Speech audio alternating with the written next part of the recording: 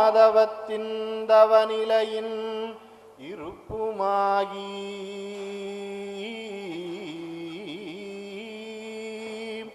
மதியாகி பதியாகி மனவா கெட்டா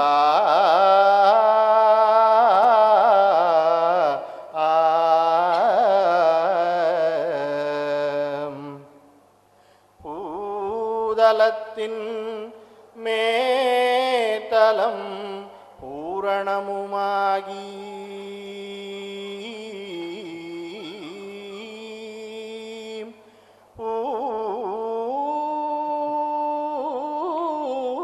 பூதலத்தின் மேதலம் பூரணமுமாகி பிணியாகி பிணிதெரிக்கும் மருந்தும் ஆகி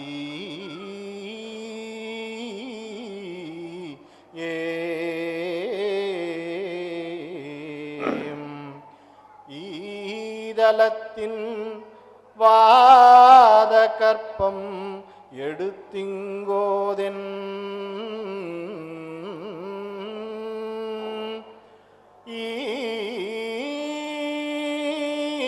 ஈதலத்தின் வாத கற்பம் எடுத்திங்கோதென் என் குல சுக்கிலநாத உடம்பாய் நின்ற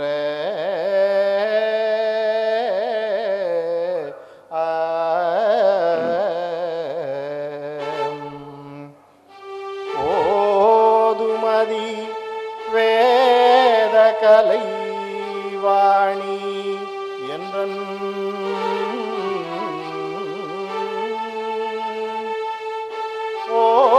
ஓதுமதி வேத கலை வாணி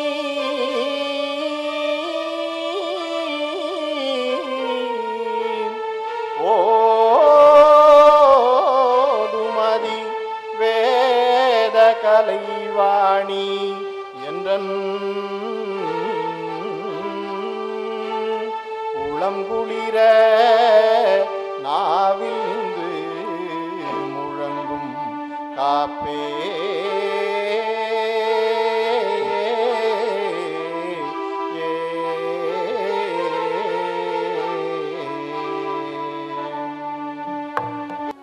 ஆனந்தாதி தேவர்களுக்கும் ஆரியர் பிறவியர்களுக்கும் அருமை சந்ததியினர்களுக்கும் மெய்வெடி தொடரும் நன்மன மக்களுக்கும் சீரோங்கும் மனதர்குலம் விளங்க வந்த குலமணி தீபம் மெய்வெடி சபையின் அரசர் அருமை அண்ணன் அவர்களுக்கும் எனது அன்பான நமஸ்காரங்கள். மனுவாய் பிறந்த மக்கள் எல்லோரும் நித்திய வாழ்வு பெற்று உய்ய வீடு அடைய வேண்டும் என்ற ஒரே கொள்கையிடம்தான் எல்லா மதங்களும் வேதங்களும் வந்துள்ளன என்று சர்வலோக சரணியராகிய நமது தெய்வம் அவர்கள் அருள்கிறார்கள். ஒவ்வொரு மதத்திற்கும் இறைவனால் அனுப்பப்பெற்று வந்த வேதங்கள் என்பதுவே அதன் அடிப்படை உயிர்ப்பு சக்தியாக இருக்கிறது. மதத்தினுடைய ஆதியும் அந்தமுமான வேதாந்தங்கள் கடல் போன்று விரிந்து உள்ள ஒன்று. இந்த மாபெரும் வேதாந்த சமுதிரத்தில் தேடி அறியப்படும் பொருள் நானே என்று துவாபர யுகத்தில் வந்த கிருஷ்ண பரமாத்மா தமது கீதையில் கூறுகிறார். இன்று இந்த யுகத்தில் கல்கி அவதார இறை பூரணராக வந்துள்ள நமது தெய்வம் அவர்கள் எல்லா மதங்களுக்கும் அதனின் ஜாதிகளுக்கும் அதன் அடிப்படை கொள்கைகளுக்கும் அதன் வேத சாஸ்திரங்களுக்கும் உரியவர் நாமே என்று முழங்கும் முழக்கத்தில் இருந்தே தெய்வம் அவர்கள் ஒரு தனிப்பெரும் தலைமையாகிய அவதார மகா புருஷோத்தமர் என்பதை இந்த வையகம் முழுதும் உணர்கிறது. ஸ்ரீ கிருஷ்ணரின் பகவத்கீதையில் பிரம்மனிஷ்டர்கள் மக்களுக்கு ஞானத்தை போதிக்க ஆற்று ஊற்றில் ஊறி பொங்கி வரும் நீர்நிலை போன்று அருள்மணி வேதங்கள் உள்ளன என்று கூறுவதன்படியே இந்த வேதங்கள் வாயிலாகத்தான் மனித இனம் இறைவனால் விதிக்கப்பெற்ற சாபாவர சாயுச்சிய பதவி என்ற ஒன்று இருப்பதை தெரிந்து கொள்கிறது. அதற்கு காரணக்கருவியாக மெய்ஞான பாடத்திட்டமாக இருப்பது இந்த வேத கிரந்தங்களே. ஆதிகாலம் முதற்கொண்டு இறைவனே உலகிற்கு இதனை அருளி வருகிறார். அது மட்டுமல்லாமல் இறைவன் தந்துள்ள இந்த மெய் வேதங்களில் புதைந்துள்ள இரகசியமான சத்தியமுத்தி செயலனை அறிந்து கொள்ள வேண்டிய ஒரு மெய்த்தவ திறவுகோலும் தொடர்ந்து இறைவனால் அனுப்பப்பட்டு வரும் மெய்யான சர்க்குரு பலன்களாகிய மத கர்த்தரிடம் மட்டுமே இருக்கிறது. தெய்வம் அவர்கள் தங்கள் வாக்கியத்தில் இறைவனால் அனுப்பப்பெற்று வரும் இந்த ஜீவமுத்திரர்கள் உதவி கொண்டு தன்னுள் உள்ள மெய்யாகிய நித்திய பெட்டகத்தை திறந்து கொண்டு அந்த பொற்பத பதவியை பெற வேண்டும் என்பது மனிதனின் தலையாய கடமையும் விதியும் ஆகும்.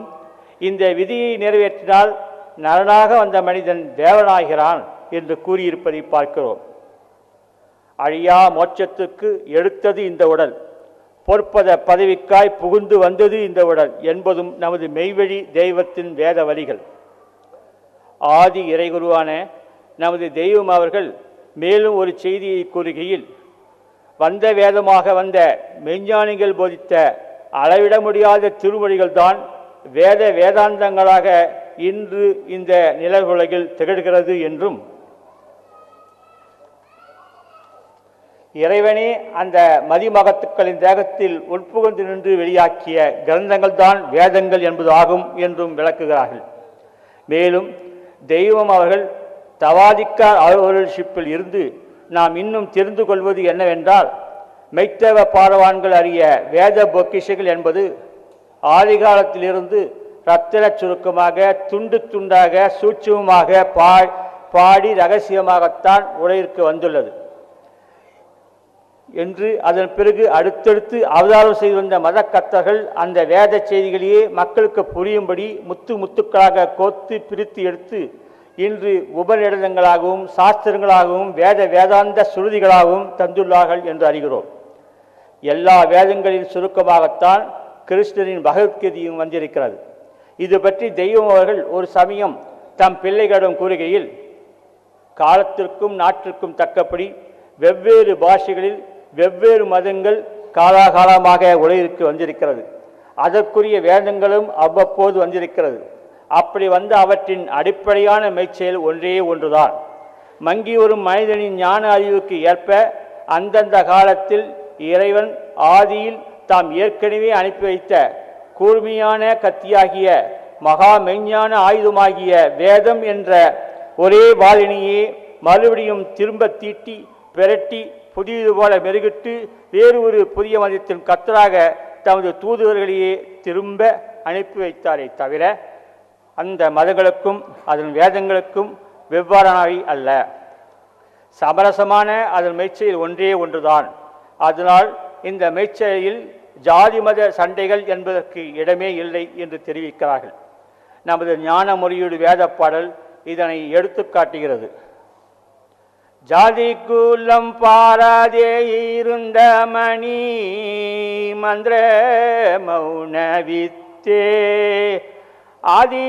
ஆதினோராணியை தன்னில் அறிந்தவர் ஆண் பிள்ளையானி முத்தே யௌமல்கியாமம் தெரிய விங்கேத்தியன் உள்ள திருவிளக்கே எந்த நேரத்திலும் சந்திர கலாநிதி என் முன்னிலே இருக்க.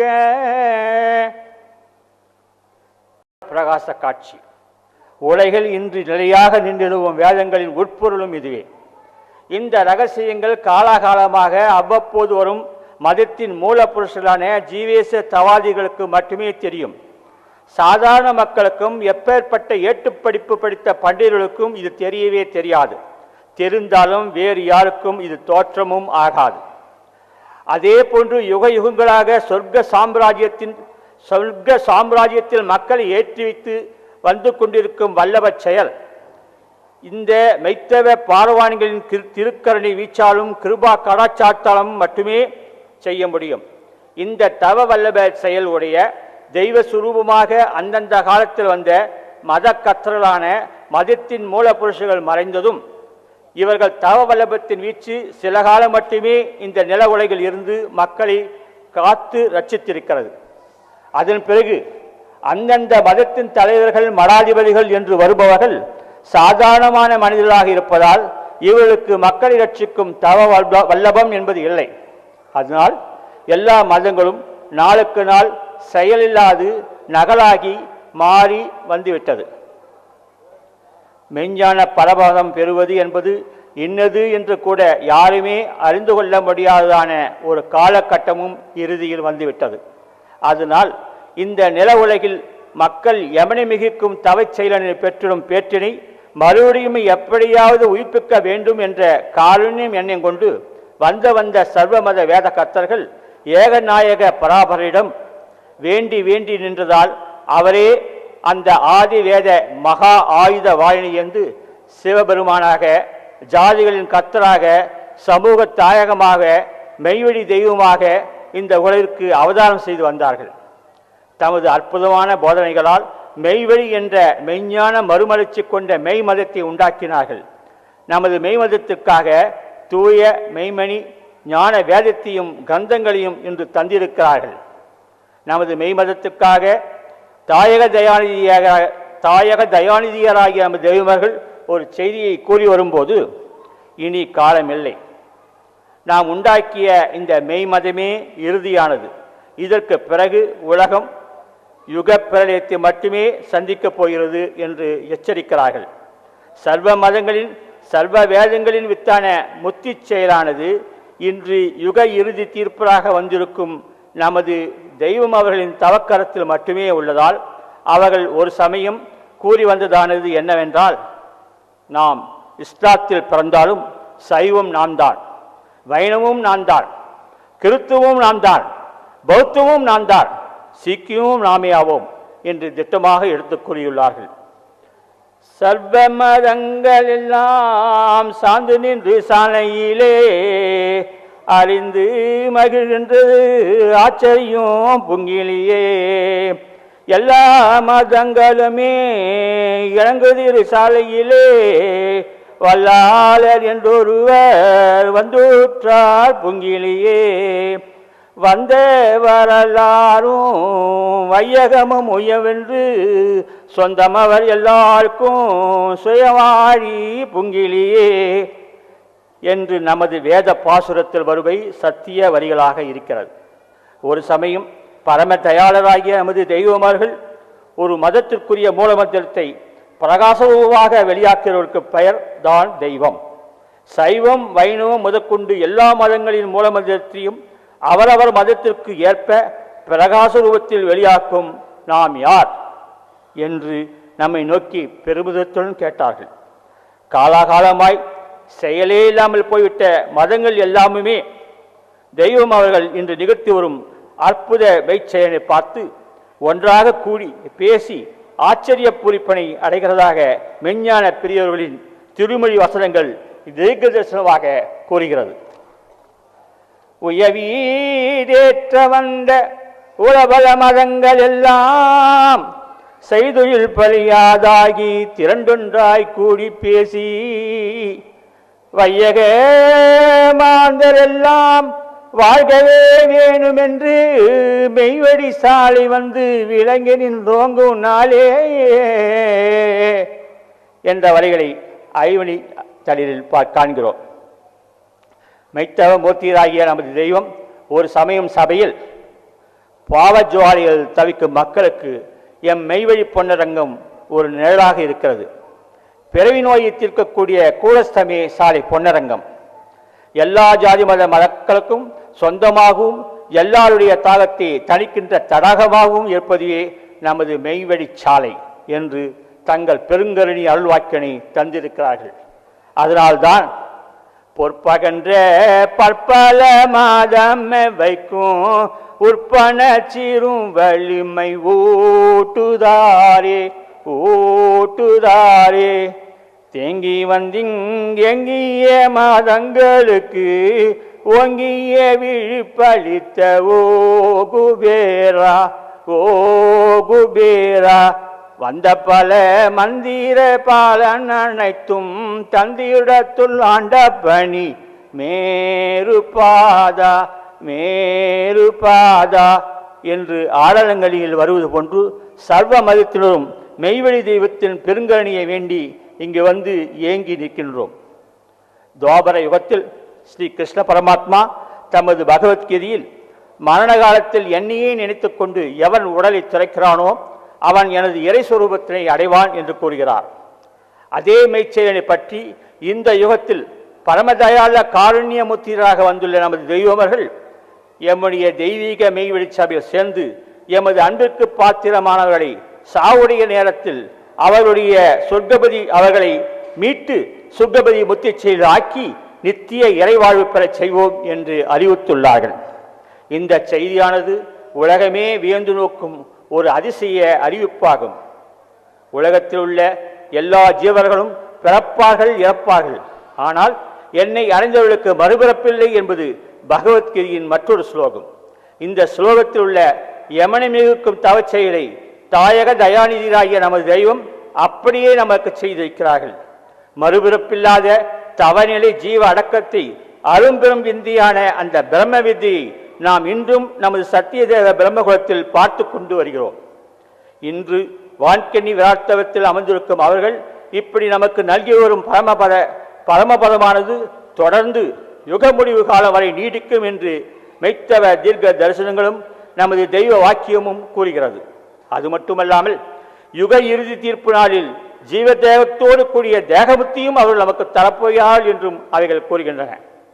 எல்லா மதங்களுக்கும் வேதத்தாயாக வந்துள்ள நமது மெய்வழி வேதாந்தத்தில் இறுதியான ஒரு எச்சரிப்பாக இருளிந்திகளும் தீயும் என்னாலும் தீராத எக்கம் மலரல் வேண்டுமா அல்லது ஏகாம்பர பதத்தில் எழுப்பொன்னுடம்பு எடுத்தென்னாலும் வாழுதல் வேண்டுமா எது வேணும் கேளும் சிங்கா ஜெயசிங்கா எது வேண்டாம் சொல்லும் சிங்கா என்று இந்த கைலாசவாசர் எழுப்பும் யதார்த்தமான பெருங்கரணி வினாவிற்கு நீங்களே சிந்தித்து பார்த்து பதில் சொல்லுங்கள். முத்திப்பேரை தொடரும். நமஸ்காரம். சைவமாகட்டும், வைஷ்ணவம் ஆகட்டும், சௌராஷ்டிர மதம் ஆகட்டும், புத்த மதமாகட்டும், ஜெயின மதம் ஆகட்டும், கிறிஸ்துவ மதமாகட்டும், இஸ்லாமிய மதமாகட்டும், சீக்கிய மதமாகட்டும், எந்த கோடி காலத்தில் படைக்கப்பெற்ற எந்த ஒரு மதமாகட்டும், அது மனுக்குலத்திற்கு காட்டிய உன்னத வழி. சாவுடைய நேரத்தில் மரளி கை தீண்டா மகிழ்ச்சிகர பேரின்ப நித்திய முத்தி ஸ்வர்ண திருமேனி பிறப்பாகிய அந்த நன்மையை கை போடுவதுதான். இதை திட்டமாக அறிவித்து செயல் நிரூபணையோடு பழக்கி வருகின்ற இடம் இந்த நெடும் பிரம்மாண்ட உலகத்தில் இப்போது இதுகாலம் நம்முடைய சாலை எல்லை ஒன்றே ஒன்றுதான் என்று ஒளிபெயர்த்தறி கோளறி வாழ்க்கை ஆழிவாள் ஐயர் எங்கள் சாலை ஆண்டவர்கள் ஒரு தனிப்பெருங்கருணை அதிசோபன கலாநிதி வருஷிப்பாகிய சர்வ மதங்களிலும் உள்ள மெய்வழி வலிமை கொண்டு இவ்வுலகம் முழுதினுக்கும் தீர்க்க தெளிவு பிறங்க அருளிச் செய்கின்றவர்கள் அருளிச் செய்தார்கள். இறைவன் மதங்களை உண்டாக்கியது ஏன் என்ற தலைப்பில் நமது காரியதரிசி சந்தாமரானந்தர் அவர்கள் முத்திப்பேறு ஆற்றினார்கள். சுருக்கமாக இந்த உலகத்தில் ஒவ்வொருவரும் ஒவ்வொரு மதத்தில் இருக்கிறோம். எதற்கு அந்த மதம் உண்டாயின என்று கேட்டால் தெரியாத உலகத்தில் இருக்கிறோம். ஒரே கடவுள்தான் இந்த மதத்தை உண்டாக்கியது. அது காரணம், இந்த உடலை விடும்போது எவனுடைய சந்திப்பில் அந்த எல்லையில் மீறி அவனை மிதித்து ஏறி அந்த புறத்தில் பொன்னுடம்பு எடுத்து பராமத அடையவேதான் இந்த மதங்கள் உண்டாயின. இது சற்று நேரத்தில் கேட்டோம். ஆண்டவங்க வாக்கியத்தை அப்படியே வாசிட்டாங்க.